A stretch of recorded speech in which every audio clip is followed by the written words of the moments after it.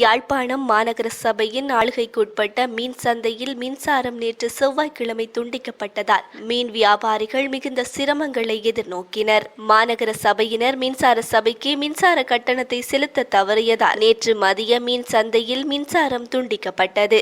இதனால் மீனவர்கள் தமது மீன்களை விற்பனை செய்வதில் சிரமத்தை எதிர்நோக்கினர். இரவு மீன்களை விற்பனை செய்ய முடியாமல் இலக்கமுறை நிறுவை தராசுகள் பயன்படுத்த முடியாமல் மோட்டார் மூலம் தண்ணீர் பாய்ச்சி சந்தையை கழுவ முடியாமல் மீன் வியாபாரிகள் மிகுந்த சிரமங்களை எதிர்நோக்கினர். இது குறித்து நாடாளுமன்ற உறுப்பினர் இளங்குமரனின் கவனத்திற்கு கொண்டு சென்ற நிலையில் குறித்த இடத்திற்கு வருகை தந்த நாடாளுமன்ற உறுப்பினர் மின்சார சபையினருடன் தொடர்பு கொண்டு மின்சார இணைப்பை மீண்டும் பெற்றுக் கொடுத்தார்.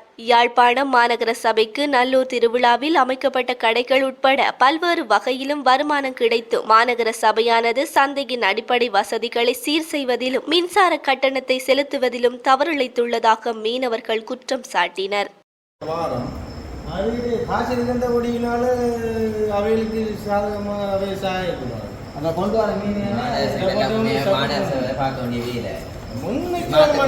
ஒரு பிரச்சனை நடக்கிறதால் 2 நாளைக்கு நின்று பார்க்கணும். என்ன பிரச்சனை ஏது நடக்குது ஒருத்தருக்கும் அந்த இது இல்லை.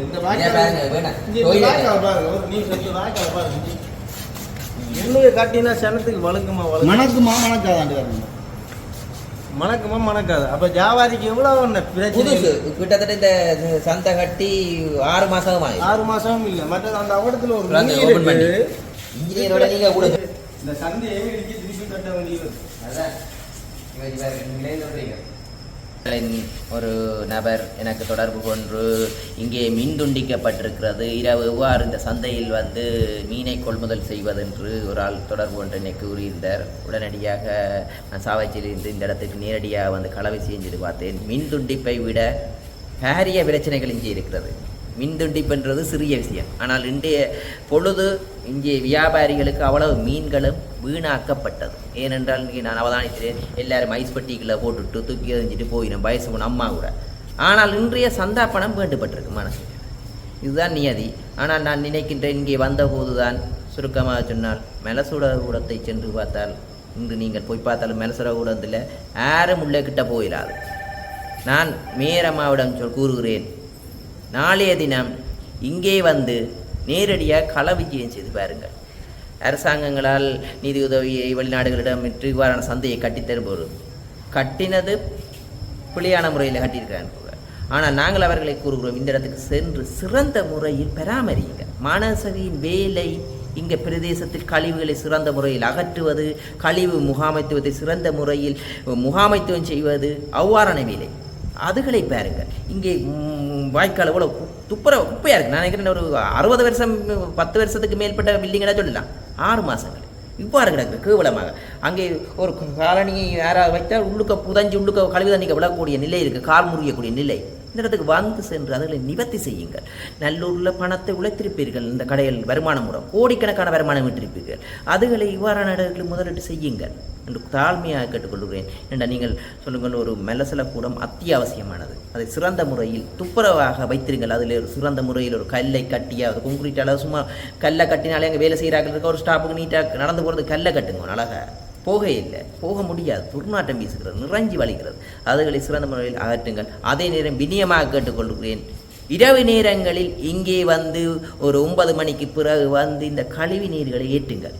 மக்களுக்கு இடையூறு ஏற்படுத்தாதீர்கள். மானசை தாழ்மையாக கொடுக்கிறேன். இரவு நேரத்தில் ஆறுதலாக எடுத்து செல்லுங்கள். ஏனென்றால் எடுப்பதால் இங்கே மீன் வேண்ட வருவர் கூட இந்த சந்தையை விட்டு விற்றோன்னு ஒரு நாளைக்கு எவ்வளவு உயர்ந்த இடத்துக்கு சென்று இதில் நாம் மேரம்மாவுடன் தாழ்மையாக கேட்டுக்கொள்கிறேன். மற்றவர்களின் அரசியல் அஜெண்டா செய்யாமல் இந்த களத்துக்கு நேரடியாக சென்று பார்வையிடம் கேட்டுக்கொள்கிறேன்.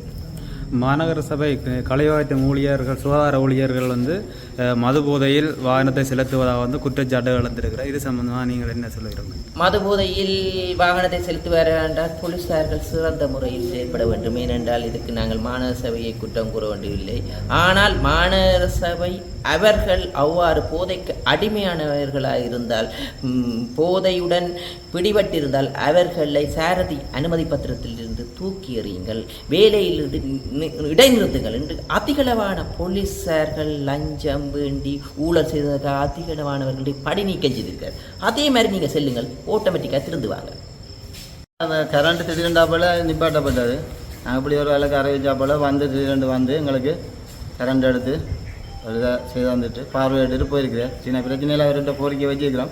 அது செய்தாருக்கு நம்பிக்கையாக இருக்குது எங்களுக்கு. அதோட எங்களுக்கு ஒரு பிடிக்காத நாங்கள் வந்து ஒருக்கா சனத் வரக்குள்ள கூறும்போது ஒருக்கா வந்து நீங்கள் ஒருக்கா மெயினாக பார்த்தீங்கன்னா எங்களுக்கு ஒன்றும் நல்ல வியாபாரிகளுக்கு ஒரு உதவியாக இருக்குது. என்னத்துக்கு மின் துண்டிப்பு நடந்தது? அது என்னத்துக்காண்டு எங்களுக்கு தெரியாது. திடீரெண்டாப்பில் தான் 12:30 துண்டிக்கப்பட்டது. ஒரு மணி இல்லை. இந்த மின் துண்டிப்பால் நீங்கள் என்னென்ன அசௌகரியங்கள் எங்களுக்கு வியாபாரம் முடிஞ்சா போயிட்டு தண்ணி இல்லை மற்ற மோட்டர் பால் தான் மண்ணு மற்றது தண்ணி இல்லை கழுவுறதுக்கு. நான் தண்ணி அந்த டேங்க்லேருந்து தான் எடுக்கிறோம். அப்போ இதுதான் பிரச்சனை எங்களுக்கு. மோட்டர் இல்லை, மோட்டர் பால் தான். வேறு என்னென்ன வசதிகள் நீங்கள் சீர் செய்து தரணும் மாநகர சபை நீங்கள் கேட்குறீங்க? செய்ய போனானே எவ்வளோ செய்யணும் மண்ணு. திருப்பி என்ன படிப்படியாக என்ன செய்யணுமோ அதை எங்களுக்கு செய்தா காணும். முதல்ல எங்களை வியாபாரிகள்கிட்ட கதையும் கேட்கணும். ஆனால் வாரவியல் ஒருத்தரும் கேட்கணும் இல்லை. அதான் எங்களுக்கு கவலை. இப்போ மலை செல்லக்கூடாம இந்த பிரச்சனை சொன்னீங்களா? அது துண்டானே அது பாவிக்கல. அதனை பார்த்துனீங்க. நீங்கள் ஒரு அவசரத்துக்கு ஒரு ஆள் வந்தால் கூடியனே அதுக்கு போயிடாது. ஒரு எங்களை வியாபாரிகள் எங்கே போகிறது இவ்வளோ வேறும் நல்லபடிக்கா நான் போகிறது ரெடி ஆல்பம் பூர்ணருக்கா போகிறது. கார்லேருந்து ஒரு அம்மா ஒரு ஆள் வரவா 85 வயது. நீங்கள் வந்தீங்கண்டா தெரியும்.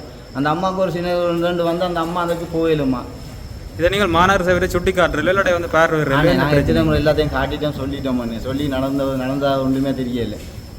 சந்தா பணங்களை என்ன மாறீங்க ஒழுங்காக காட்டுறீங்க? ஒழுங்கா நாங்கள் ஒழுங்கா கேட்குற அவசரம் கொடுத்து இருக்கோம். நல்ல மாற்றம் இல்லை.